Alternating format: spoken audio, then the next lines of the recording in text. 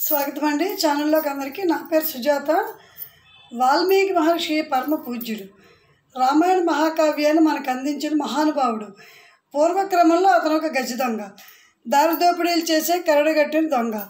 ఎంతోమంది అమాయకులను కొల్లగొట్టి ఎంతో సొమ్మును ఆర్జించాడు.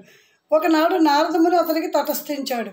ఆ మహనీయుని దగ్గర దోచుకోవడానికి ఏమీ లేదు, నీ దగ్గర గల సొమ్ము ఏదో ఒకటి నాకు ఇస్తే నిన్ను వదిలేస్తానని ఆ దొంగ నారదునితో అన్నాడు. నాయన, నా దగ్గర గల ఆస్తి పుణ్యాత్ములకి గోచరిస్తుంది, పాపులకు కనబడదని నారదుడు బదులు చెప్పాడు. అప్పుడు ఆ దొంగ ఖిన్నుడయ్యాడు. నీ దగ్గర గల ఆస్తి నాకు కనబడటం లేదు అంటే నేను పాపినా? ఉద్వేగంతో అన్నాడు ఆ గజ దొంగ. అవును, నీవు పాపివే, కానీ పుణ్యాత్ముడు కావడానికి కూడా మార్గం ఒకటి ఉంది అని చెప్పాడు నారదుడు. నీవు సంపాదించిన పాపాన్ని పంచుకోవడానికి ఎవరైనా ముందుకు రావాలి అన్నాడు. వెంటనే ఆ దొంగ తన తల్లిదండ్రుల వద్దకు వెళ్ళాడు. తన పాపాన్ని గ్రహించమని కోరాడు. అందుకు వాళ్ళు నిరాకరించారు. తదుపరి అతని భార్యను సంప్రదించాడు. ఆమె కూడా అంగీకరించలేదు. ఆ తర్వాత తన సేవకులను అడిగాడు. వారు కూడా అతని కోరికను కాదన్నారు. ఆ దొంగ ఒంటరి అయ్యాడు. అతనిలో భయం ఆవరించింది.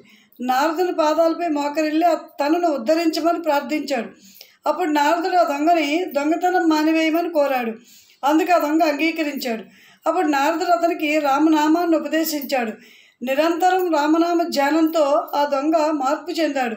రామనామం అతన్ని పాపాల నుండి ప్రక్షాళన చేసి పునీతుణ్ణి చేసింది. తదుపరి వాల్మీకిగా వినితికెక్కాడు. మహత్తరమైన రామాయణాన్ని అందించాడు. కూజంతం రామ రామేతి మధురం మధురాక్షరం అహుర్య కవితా శాఖం వందే వాల్మీకి కోకిలం. ఈ విధంగా వాల్మీకిని నమస్కరించాలి, ఆ మహాత్మును ఆరాధించాలి. అయితే ఈ పై కథ సారాంశం ఏమిటంటే, ఏ ఒక్కరూ కూడా పుట్టుకతో చెడ్డవారు దుర్మార్గులు కాదు. వాళ్ళు పెరిగిన వాతావరణం పరిస్థితుల ప్రభావం కారణంగానే పెడమార్గాన పడతారు.